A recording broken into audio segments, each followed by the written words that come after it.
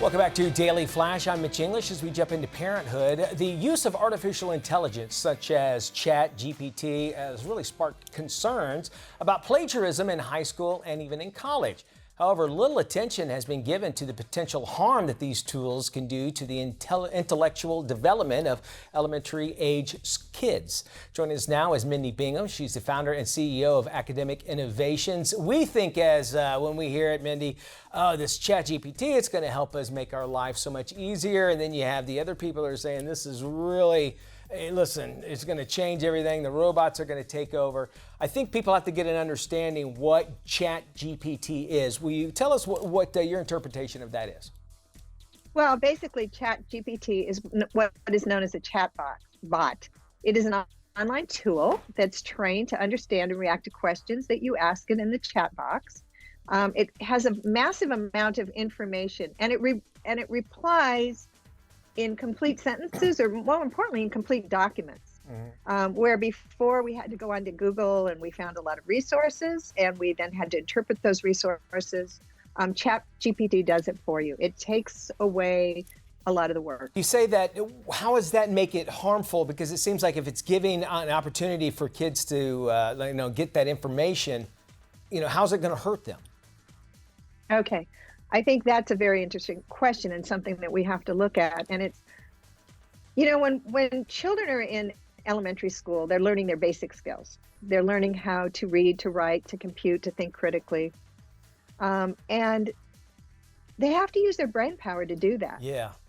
This artificial intelligence is just that. It is artificial intelligence, and it takes away the need for us to use our brain power to answer questions, write essays, write songs, compute. It takes away that need. And, learning is a process, and it's a process that requires energy, and it requires focus, and it requires an intrinsic motivation to want to learn how to read.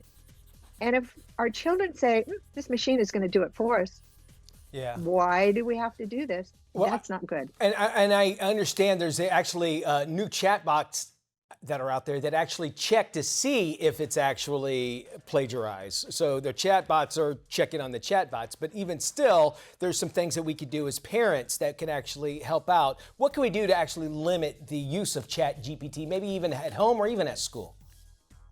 I think, number one, the thing that everybody should do when we're talking technology is they should go on and try it for themselves.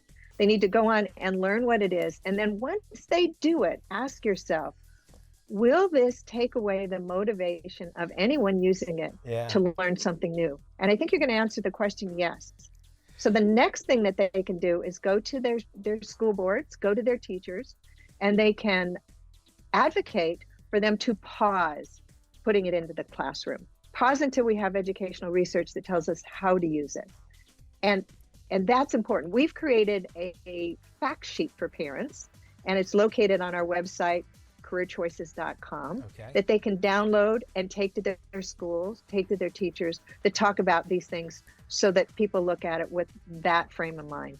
And again, this is something that obviously is a game changer. It's a disruptor, but we've got to get a hold of it now. And especially for our kids, because they're not understanding. They're like, well, the answers are right here. It's doing all the work for me. Well, why? If it's there, it's got to be okay. And it's really damaging them because they're really not be able to progress on. I would imagine it's almost like, you'll never be able to drive a car if we just have autonomous cars everywhere, that sort of thing. Do you feel? Well, Go ahead. I was going to say, look at GPS. GPS, Perfect. For those of us, GPS is artificial intelligence. And guess what? We used to know how to read maps. Yep. And I was with somebody who was a millennial the other day who got lost, couldn't read a map, didn't have their GPS, and was very frustrated. I always try to come down to reality when I'm talking to people. I'll say, listen, if you watch The Walking Dead, we're going to need to know all of that stuff. And there's not going to be any Chat GPT when the zombies take over, right? So keep that in mind. But we really do have to, I'm having fun with it, but we really do have to have basically a guideline. What do you say to a kid? It's like, Mom, I don't understand. It's right here. I can ask it. I can get that information. What do you say to that child that he won't think that he's being punished or being kept away from a great resource?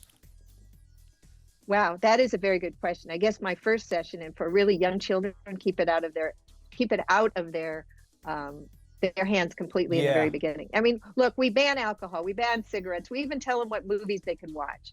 This is one of those things that is very serious.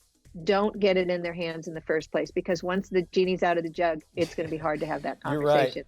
We were discussing this earlier too about the Chat GPT 4 is out right now, but already they're saying Chat GPT version 9 is already ready to go, but we're not ready for it as a society because it's going to be 5 times as better than what it is now. So it is kind of scary when you think about those things, and it's really a great resource that you have. Where can folks go if they want to find out, again, that information? I was going to say we have a fact sheet for them about it, something they can hand to their school boards and their teachers. It's on careerchoices.com. Go there, you can download it and share it, and we're here to help. All right, very I'm good. an advocate for young people, and that's what we're here to do. That's the way to do it. We'll have this link on our website as well as this interview at dailyflashshow.com. Thank you.